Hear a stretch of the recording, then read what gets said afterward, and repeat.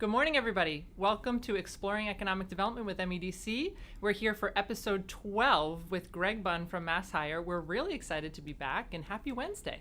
Last time we were here, we had a Representative Danielle Gregoire with us to talk a little bit about what's going on at the State House, what kind of things do they have going on under the Golden Dome, we kept calling it. Learned a little bit about my history, talked to Danielle about the State House and what goes on up there. Really excited when we talked to her about the partnerships that are going on between our city officials and our state delegation. I mean, I think that's just wonderful, and we were really excited to hear about that. So with that, we're going to introduce episode 12 with Greg Bunn. Good morning, Jill. Meredith. It's nice to see you today. It's nice to see you. I know. I get really excited for Wednesdays now when I get to see your beautiful face. Stop it. I know. You know I hate the attention. Hate the attention. All right, so administrative stuff. Let's hear it. Welcome to the live stream. We're really excited. Episode 12. I mean, I can't believe.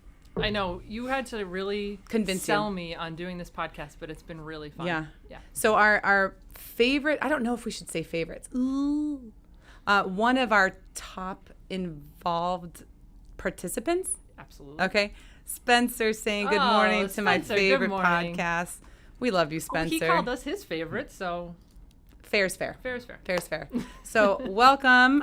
If you're joining us live on Facebook, YouTube, or now, hopefully, LinkedIn, make sure you comment so that we know that you're watching. Join the conversation.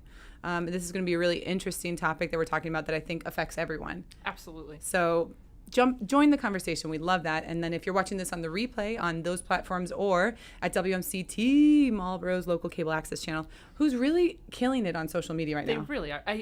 So I'm a little jealous because they beat us to the TikTok game.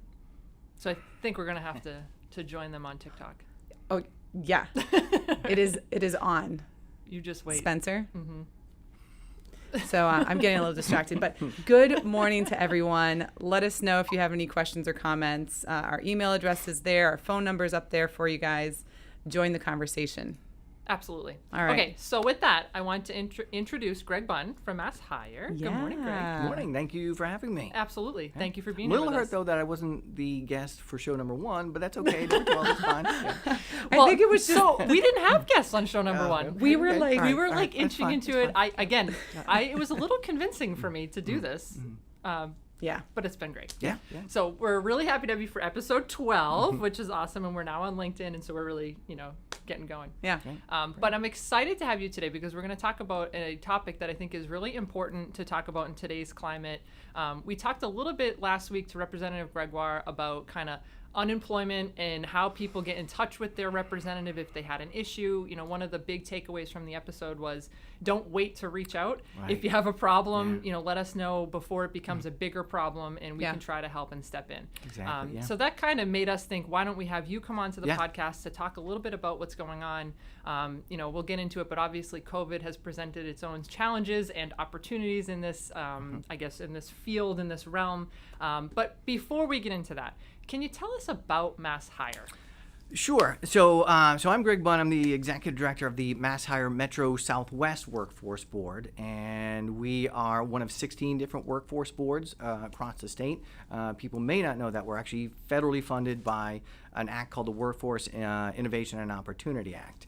And so we are part of MassHire. So about in 2018, the state decided to take all the workforce professionals under this act and give them the same name. So there wasn't any regional confusion. If you went to a career center in Salem, it would have one name. If you went to our center in Framingham, that had a different name. So it was very confusing for job seekers, for employers. So we went through this rebranding process. So what was it before, so people can remember? Our workforce board was called Partnerships for a Skilled Workforce. PSW. PSW for short. And our mission really was twofold. It was to help job seekers get back into the workforce at the same time to help businesses grow either through hiring individuals, getting tax incentives, incumbent worker training grants, you name it, at a broadest sense. So that's what we did, but we were still funded under that federal act. We did the same thing. We worked with the division of career services, and then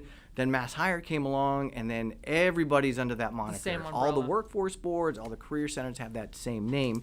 Sometimes it's a little confusing. People will go to a career center, and then people will come to our board. The board does more of the strategy and more of the administrative part of Sure. it. So sometimes we'll have job seekers come to our office in Marlboro, and then we'll say, no, you have to go down to the career center and see somebody in person. But it's really helped sort of streamline accessing workforce services across the state. That's awesome. So it's really exciting. We have better visibility. People know what we do more effectively. Before people weren't sure what to do.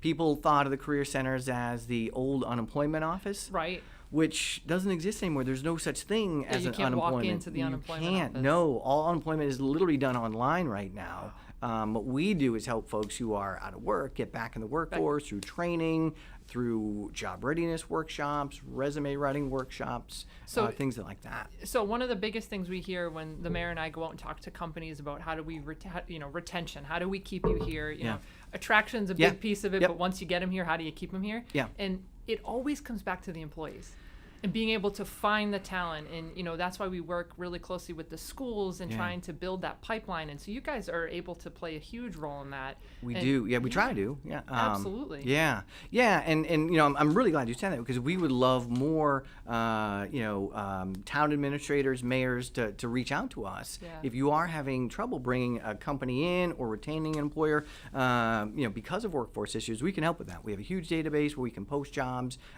We have access to all the unemployment claimants. We can broadcast those jobs. So you can really connect actual job seekers with employers. Yep, that are absolutely, looking. absolutely. That's awesome. Yeah. And are you so you're not part of the state government, but so how does that work, Greg? It's an interesting dynamic. So the workforce boards have some level of independence. So we have some oversight and authority that we receive from the state. Sure. Because since we're federally funded, state has to make sure we're complying with all those federal regulations. So the state oversight Oversees it almost. Right, and to make sure that we're actually doing the right thing. We're not misappropriating funds or doing anything that's spending money on disallowed costs.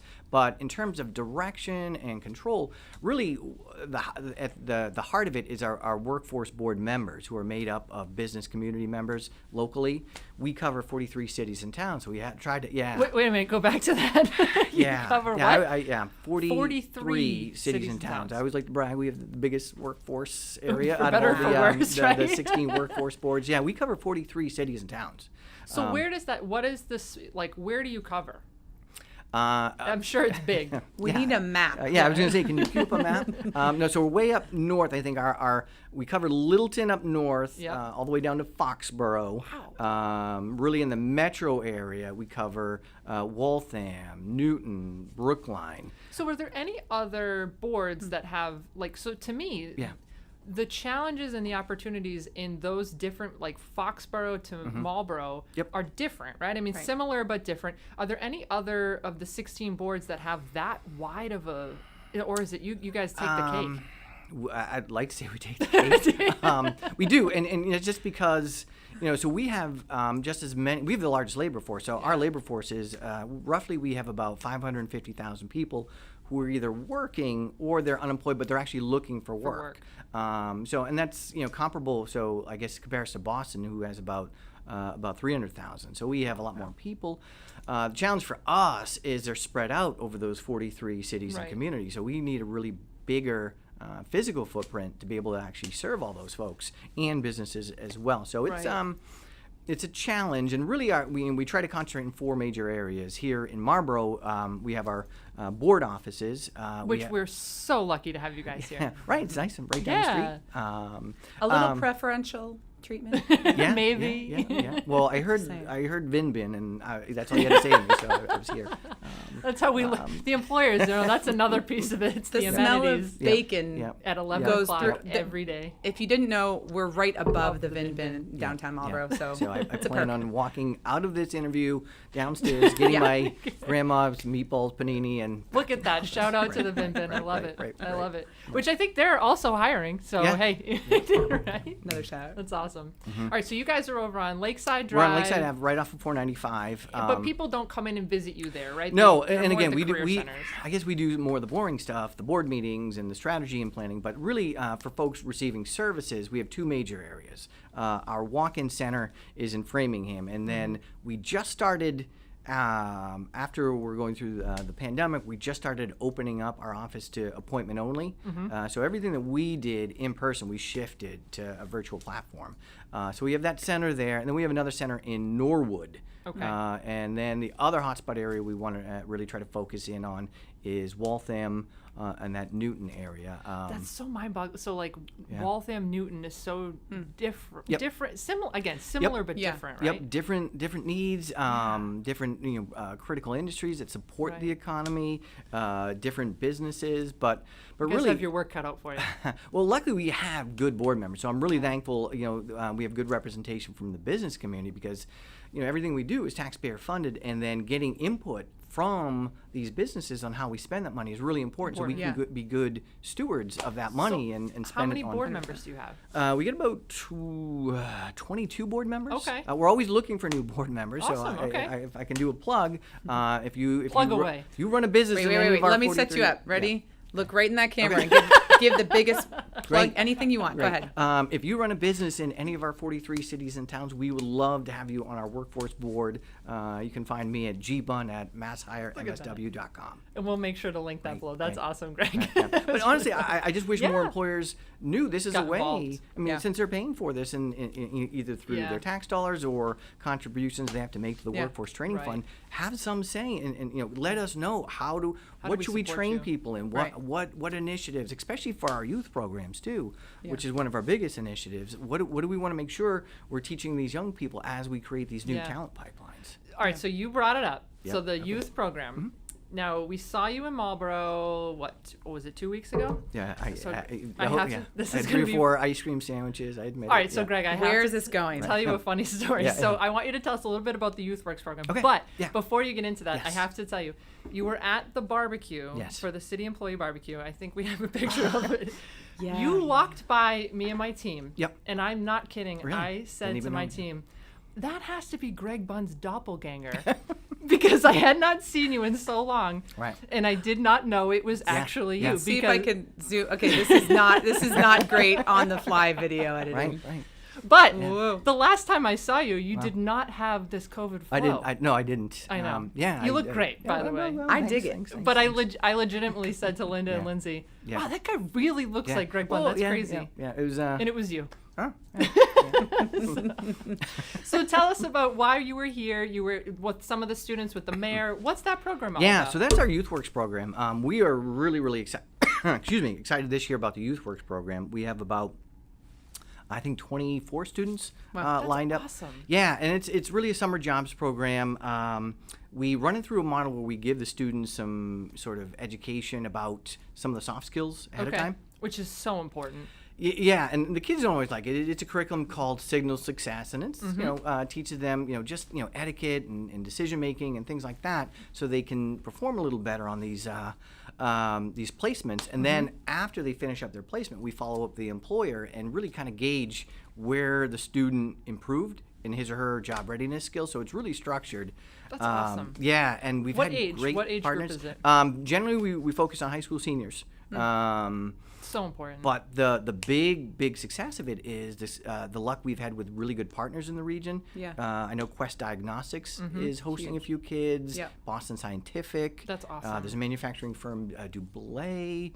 I know the mayor's been great. He's hired a bunch of kids. So did he take the kids into his internship He program? did, through yeah. that? Mayor That's did a awesome. great job. He brought kids who were working in the IT department, I think the housing department, the library That's department. great. Yeah, we got to talk to one student and working with the gentleman who runs the housing department, and Loved you know, it. the kid was all excited to, the painting and you getting to use the leaf blower and all this stuff. That's great, you know? Yeah, so it's fantastic. We're really excited to see it take off here in Marlboro, and we really want to build on it. Well, and it introduces them to so many different, right? Like I remember being in high school and going to my guidance counselor, and you don't know what type of work is available until you're actually out there and you're seeing it. And I think that's a lot of what we're trying to do with the public school system, and get these kids to realize that behind these walls, that these big companies, you drive by them every day, but there's so much opportunity right here in your own community, and things, careers and paths that you don't know are available. Right. Yeah. And so that's a great program, just to get them out there and to see it. And I have to give a shout out to Megan Burke. Megan Burke runs our youth program. Awesome. She's our Thank youth. you, Megan. Yeah, Megan is fantastic. And to your point too,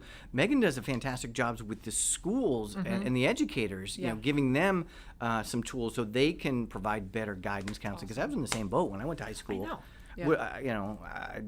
They just said, hey, take this SAT test. Right. And you just fill out you this went college to application. college Yeah. and you just looked at. And I remember even not knowing what my major or here's your major, and then maybe these are the jobs you can get if you major in this. Type of mapping or planning for my type A.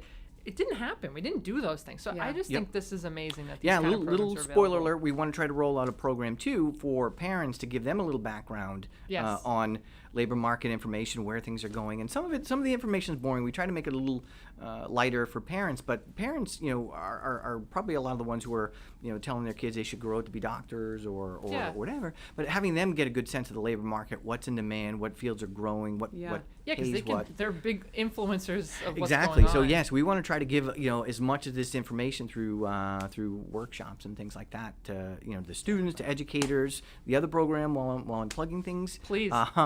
We have a great teacher externship program. Okay. So each year we take 4 or 5 teachers and give them a summer job. So basically they work 70 hours at local companies, and they get paid pretty decent. Yeah, they get I think they get $2,000 for 70 hours of work. Wow. And then they take what they've learned during their summer job at this employer and then incorporate it into a lesson plan back in the classroom. Okay. So really That's it's another so cool. Yeah. So Jill's a former teacher. Oh, yeah. I was a teacher at Marlboro High School for 11 years. Yep. Loved it.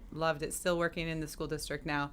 But that's awesome. really, really innovative. Yeah, and it's really telling when at the end we have a sort of a celebration where the teachers give a presentation on what they've learned, and just seeing some of the light that goes on to we've had teachers work at iRobot and Just so cool. Yeah, and then seeing their presentation and seeing this culture and what's important to employers be incorporated in the classroom is a perfect way for businesses and companies to kind of influence their workforce system so they have that good future talent pipeline. The pipeline is huge. Yeah. So we're always pushing the state for more money for that program. If you're an employer out there or a teacher out there, check it out. Yeah, it's a great opportunity.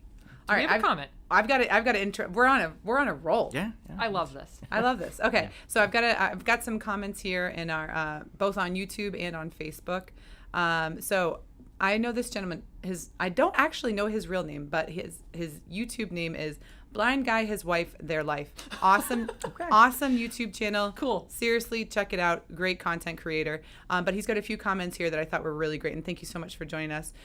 So he said when we were talking about bridging the communities and all of that, bridging for employers and seekers is key. Yeah, and his question here is, I was wondering, how does it all come together from a local and federal perspective, and who can use these resources? So that was maybe 8 topics right ago. Yeah. So I think he's trying to say, so you get the federal funding, right? Yeah. But who are the resources available to? And if I'm not getting your question, and then it was maybe also about all of the communities that you work with, and how does that all? Yeah, I'll try to work backwards through that question. But for the most part, anybody is eligible for these services as long as you're a Massachusetts resident. One thing it's really important to note, both for the job seekers and employers, we don't charge for any of these services. So any of the workshops that we may run at a career center, like a resume writing workshop, or using some of the networking tools like LinkedIn, completely free. And you don't have to be on unemployment to you don't. get I'm so glad you services, brought right? that up. That's a big misnomer too. You don't. You can be underemployed. You can you can just want to be a career changer. Right. Now we do provide funding for training.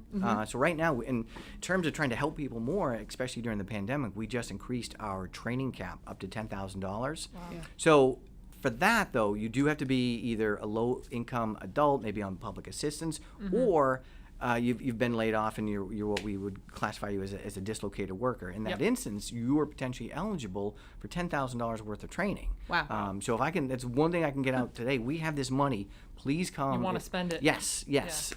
So anybody in our catchment area, in our 43 cities and towns, either you live or you were laid off from a company in our 43 towns, we can help you. If you're outside of that catchment area, we can work with some of our partner workforce boards to make sure you're eligible too. Yeah. But the same thing for businesses. We do a lot of recruitment events. We do talent searches, things like that. That's all free too. So if a company is really struggling, we can work with you, do a recruitment event. We have one of the cool things that we did during the pandemic is use a virtual job fair platform called Premier, where we could do like real-time job fair. So you would have a virtual booth. Job seekers would come in. They could push a resume to you. You could direct message them. You could initiate a video chat. So it was the closest thing to actually being in person. So again, all these things are free. So anybody in Massachusetts is eligible to use those. And really, the central point for accessing those services is our career centers in Framingham and Norwood. We have a fantastic career center director. I'll give a shout out to her, Zoe Jackleth. Been amazing. That's awesome. So anybody's able to use that. But the way it sort of comes together is the federal funding flows through the state, and then the state disperses that all to the different workforce areas. And without getting into the nuts and bolts, there's all this formula funding and things like that. But we get a pool of money, and then it's really our board that's made up of not only just businesses, but they're made up of educators. We have representatives from labor on our union. Really set the strategy in terms of what industries are going to focus on, like the decision to raise the training cap. That's all based on people who want to be on our board. So again, that's why I say the more people. That's so important. Yeah, because everyone has opinions about how money is spent and where things should go and what should be invested in and where time. So if you have strong opinions like maybe we do, get involved. Find a way to get involved. Yeah, absolutely. That's huge. So can I this? And you might not know the answer to this. You probably do. But so we're talking about Massachusetts, but it's federal money. Do other states have programs like this too, or they do? It's a statewide. So the WIOA, which is the acronym for the Workforce Innovation and Opportunity Act, is a statewide program. Sometimes it manifests a little differently, but there is a whole network of career centers across the country. And in other countries, in other states, they may be they're referred to as American Job Centers. As sort of as a common denominator. And again, that's why you want to try to have some sort of universal branding, and that's so that's why we moved to MassHire. We didn't use the American Job Center so much as the MassHire branding to know if you go into a MassHire center, you have access to all those services, both on the employer side and the job seeker side, statewide. And so, and one of the things too, I know the workforce training grants, and you guys are able to kind of bridge and help employers get access to that funding. We as well, do, right? and that's the other thing too. Employers pay into the workforce training fund, and so there are several grants available for employers to train their incumbent workers. Maybe you have workers who are struggling with English. You can find a vendor to do ESOL training, and the board can work with the company who's applying for that and make the recommendation to the state. We've had several companies in Marlboro that have been able to take advantage of that, and that's a great resource. Yeah, our deputy director, Henry Bryson, does a lot of that work with companies. That's awesome. and kind of coaching them on what they need to do in terms of get their application in order too. But maybe we can link below too after, kind of links to your site where people can find all this information. Absolutely. Do we have another comment or question? No, or but I have some questions. Yeah. I have some. Okay. Go, Jill. So go. I'm curious. So coming from being a high school teacher, and someone that's, I've been employed since I was 15. I think I don't think I stopped working at any point. I'm curious. Do you find with this younger generation, are they aware and or taking advantage of these type of opportunities? And because what I'm seeing a lot of and I don't know if I'm off base here, so let me know if I'm totally off. Yeah. But I know that there's a desire. Let's say I just graduated high school or even just college, and let's say I want to work in the life science industry. I want to be hired into the job that I want. Yeah. Right? So I think that there might be a disconnect of stepping stones that can get you to where you want to end up. And there's a fear of settling. So like, if my dream job is this, I want that. Yeah. Right. And so I want to go from point A to point Z. Sometimes. Are you seeing that? Is that just a perception that maybe I'm a little bit off about? Is there what do you see with kind of people right out of high school, college? Yeah. One thing that really impresses me is how sophisticated some of these younger adults were. I remember Sometimes back when more I was so 18. than the rest of us. I'm like, wow, these kids are very, very mature. Yeah. I just wanted to live on campus somewhere, not in Massachusetts. Yeah. That's what I wanted. It's interesting, and and it's easy. Sometimes people pigpile on millennials and say they don't want to work, and and we do hear some of that from employers. Sometimes they lack the initiative and investigation skills. If there's a problem, they said they let someone else deal with it and then trying to solve it themselves. But in terms the of loyalty piece, right? Like, I think older generations, you got your job and you stayed there for years. there is, And there's this idea, like nowadays, it's almost like if you don't like what you're doing or you don't love it, you just move on to the next thing. It's interesting too. The like you said, the framework of actually the typical work life is a little different. A lot of young folks are more interested in becoming social influencers and streaming video games, which I would love to do. Pretty good at Call of Duty, just saying. Call of Duty? Yeah. I can't see that. That's awesome. Okay, all right. So, and it's interesting too. We during the pandemic, we tried to do a video exploration series to show typically what we would do is try to bring employers in and talk about what work is like, in a certain industry.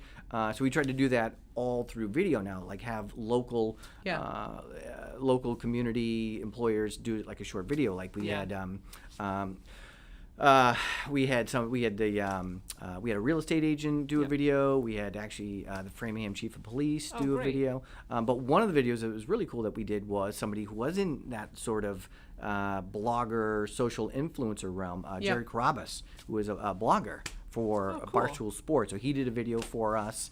Senate awesome. President Karen Spilka just did a video. We're going to be It's a lot of different types of so paths. there is a different perception, and it's Right. not that traditional pathway, but that's what we try to do in these video series. It's not a linear progression. Yeah, you're right. And we try to show that there's different pathways to these particular careers. So and I think the students get that, and I don't think but I think they're less likely to sort of settle into what they perceive as like a typical 9 to 5 drudgery without any creativity, without any room for Flexibility. growth. So I do think they're And I'm not knocking that. No. That is me 100%. I'm so fortunate I was able to end up in a position where I can use my creativity and my social skills and all the things. I'm like, I want to put this together, and then I can do it, and it's providing for my family. But I think just the landscape of work is changing, right? 100%. It is. I mean, flexibility is becoming so much more important, and placing more importance on this being able to work from home for young mothers, or like all that kind of stuff. I think the pandemic has kind of brought that to light. Yeah, It has. But we still It have has.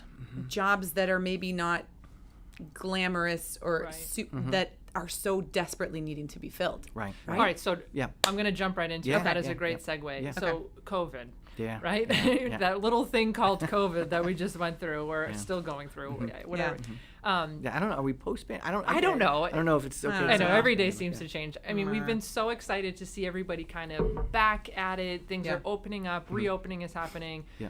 I hope it's going to stay that way. Yeah, we do too. Yeah. Yeah. But I'm gonna say a word, a staffing crisis almost that I feel like we're I think it's in the fair to middle say. of right now, and the hospitality industry in particular. So we're hearing from our restaurant folks, we've got a large number of hotels in Marlboro, manufacturing. A lot of these people are having a hard time finding employees. Yeah. Right. And we're hearing a lot of that's because the unemployment is still going. And how do you incentivize people to come back to work? We talked to Rep. Gregoire about it last week. Yeah. And I would love your perspective Sure, on it as well, sure, because it's sure. it's a question that I don't know if anybody has the answer to, but we've got to figure this out. Yeah. Right. We got to be able to all work together because That's a lot of pressure you're putting. I know. Yeah. I'm going to switch it over to Greg. Ready? Okay. Go. There you go. So I don't think there was any one factor that went into it. So I do think some of the additional pandemic-related unemployment money did Exacerbate the it problem. did create the problem because early on individuals were getting $600. We sort of crunched the numbers, and if you were making $74,000 or less, if you were on unemployment, you were actually making more. So Right. there was, and so I think that had a factor. That federal pandemic unemployment compensation is now $300 instead of $600. So Right. that is actually set to expire September 4th. Fourth. But I think there were other factors that went into it too. I think people were concerned about COVID catching Sure. COVID. I think Yeah. people, Fair. it was especially difficult for parents Yep. whose students, whose sons and daughters, Yeah. had to learn at home and they Right. had to be there to babysit. I was for them, so- homeschooling 4 Yeah. So that was a factor in it as well. And one of the interesting dynamics of this people I think began to rediscover the importance of a work-life balance. Right. Working home, being from the family, being with their dogs. The amount of time Right. I've got to spend with The my dogs. dog has been, Dogs keep coming up on the show. true. Right. So I think all those were a factor in it, and there were some policies too that led to it. So typically before the pandemic, if you were collecting unemployment insurance, you were required to do at least 3 work search activities a week. And you didn't have to do that during the pandemic. That got right? waived, and again, and I don't like the term unemployment assistance. To me, they should be referred to as really job seeker benefits because the employers pay into the unemployment trust fund. That's a big misconception. A lot of people get laid off, and the workers think, oh, well, I paid into this, I'm going to take a vacation. It's really the employers are the ones who that are are paying it. paying, and they're going to be impacted too when their unemployment contribution rates go up. Right. Yeah. So I think that had a factor where people weren't required to look for work. We run a federal program called RESEA.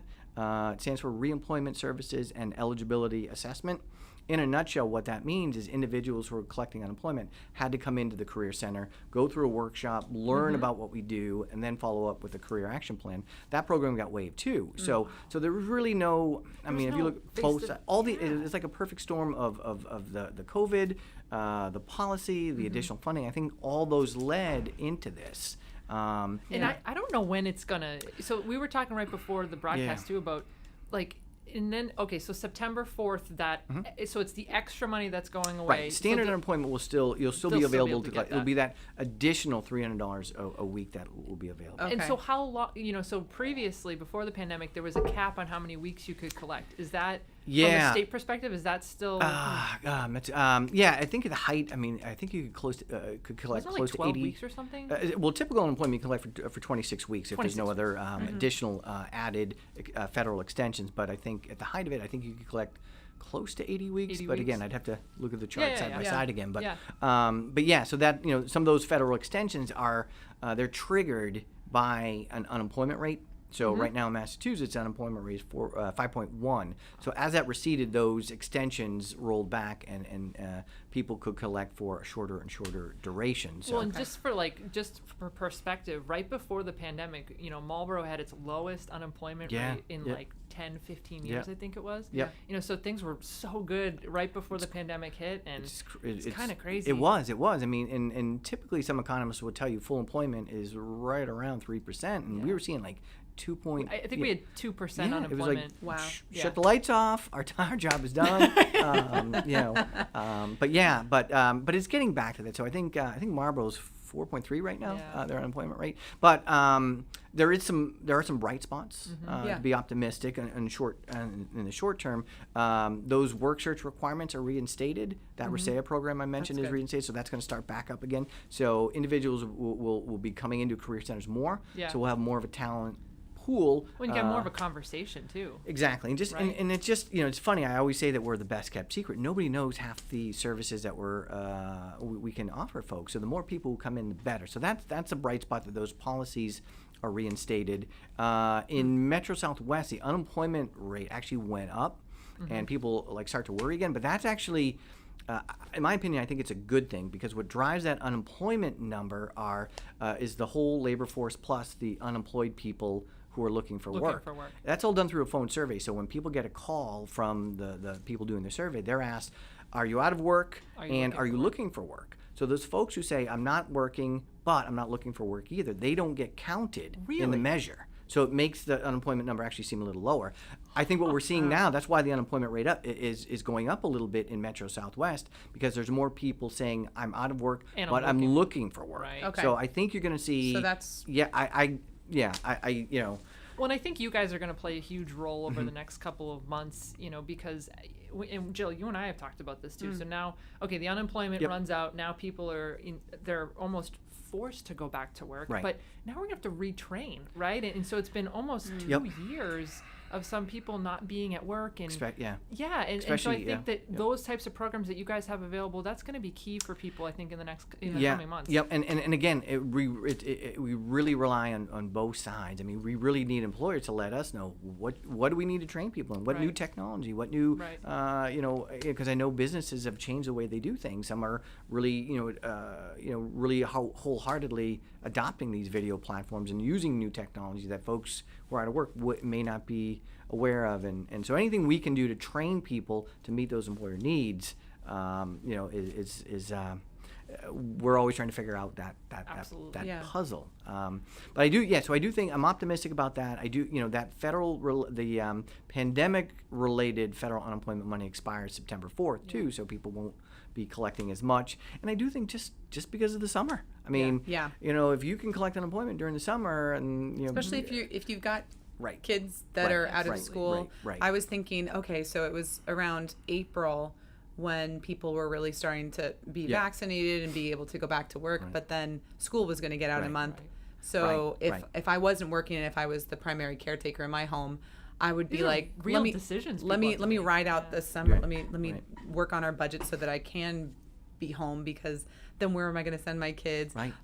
There are a lot of summer programs open right now, but not maybe as many as there were in the past. So finding coverage is tricky. It is tricky, and even like the child's care aspect of it is such a factor too. That was that was a big factor too. It is, and I mean even with vaccinations and young kids, and I mean Linda and I talk a lot on quarantine. Right. How many times did? Oh my gosh, the amount of quarantine that happened in this office with 3 moms. I mean, it was a little crazy at times, but Linda and I were talking yesterday about how even the daycare centers right now are still like, you have to pick up by 5 o'clock. Yeah. So you see almost like the mad dash of the working parents that are like running to the center at 4:30 and like even that in my brain, I'm saying, well, most people work till 5. So how do you get there to pick the kids up before 5 o'clock? Right. And so it wasn't always like no, it wasn't. It used to always be open till 7. But it wasn't. No, it wasn't.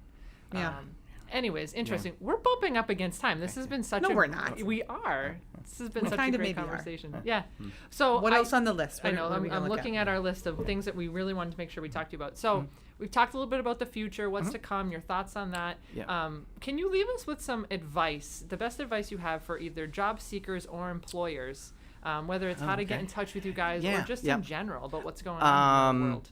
Yeah, I mean, if you're a job seeker and you're thinking getting back in the workforce, I mean, the biggest advice is come in and take advantage of the training dollars that are available. The training cap has never been this high. Even beyond the training, we can help people with supportive service costs. So we can even pay in certain instances for testing fees, or if you're getting into a trade, tools, things like that. So please come in and take advantage of those federal dollars. From the employer side, it's just really making sure all the resources that are available and take advantage of those. That's the biggest thing too. All these programs are out there. We can help navigate that. So if you're not sure, contact us and let us know.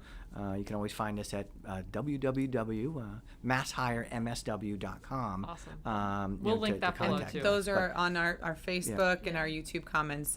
The links will be there. Yeah, I mean, because resources are out there. Again, and this is why I'm really grateful that you both invited me on the show. show is so I can actually tell people people all these about these things. That's our own fault. I think if there was a fault of the system, we don't do enough to really market all the great stuff that's available for. Well, we've been saying for years that Massachusetts, in and of itself, marketing, like even from an economic development perspective, there's so much more we can be doing to promote ourselves. But Marlboro, I think we do a pretty good job. We do a pretty good job. So with that, I want to also be able to plug, before we let you go, the job fairs. We do, in anticipation of September 4th rolling around. So we have a lot of job fair activity coming up. So the state is putting together a statewide virtual job fair that's going to run through August 16th to August 20th. And you can find out about that by going to mass.gov/job fair. That's a statewide, and that's going to use that virtual platform I talked about. Premier. So if you're a job seeker, make sure you have a good resume that you can forward off. So that's gonna run through the 16th through the 20th. We're doing some local in-person job fairs around here. So we've been working with the Chamber and MEDC with Sean in your office by putting together a hospitality in-person job fair. Lindsay in our office has been working. Yep, that's it right there. Yeah, we're really excited. I think we're going to be working with you on August 26th to do one right here in town.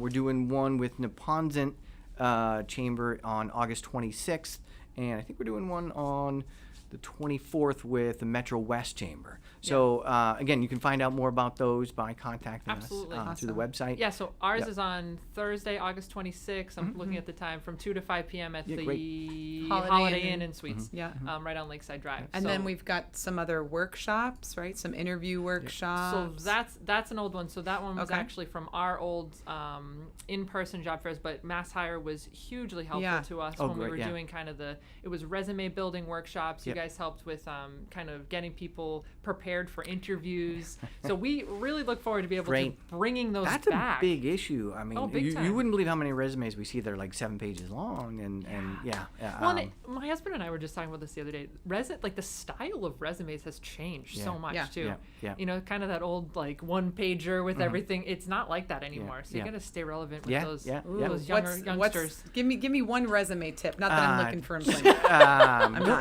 Don't put your picture on it. Don't put your picture on it. People do Don't that. spray and we don't do perfume. objectives. I'd like a job that will help me align my passion for butterflies, things like that. You really want to emphasize to employers right away an executive summary of all your skills. Yeah. That's awesome. Hire me because I'm awesome. Right. Did you hear Jill say spray perfume on your Well, resume? I just actually that works for me. If I get one, right. What was Love it. Legally Blonde? I'm sorry, I went to Legally Blonde with like the pink resume and the squirt of perfume. You did not give me one of those when you applied here. No, It's awesome. Greg, thank you so much. Great. It was a This pleasure. has Thank been you so such much. a wonderful conversation. Right. A lot of good content for people. Make sure if you're watching, if you're a job seeker or you're an employer, that you're checking out some of these resources. And if you have questions or you'd like to connect with Greg directly, let us know, because we're happy to make that connection. And we look forward to seeing you all for our next episode, not next week, but the week after at 10 a.m. All right. So thanks, Greg. Thanks, Greg. My pleasure.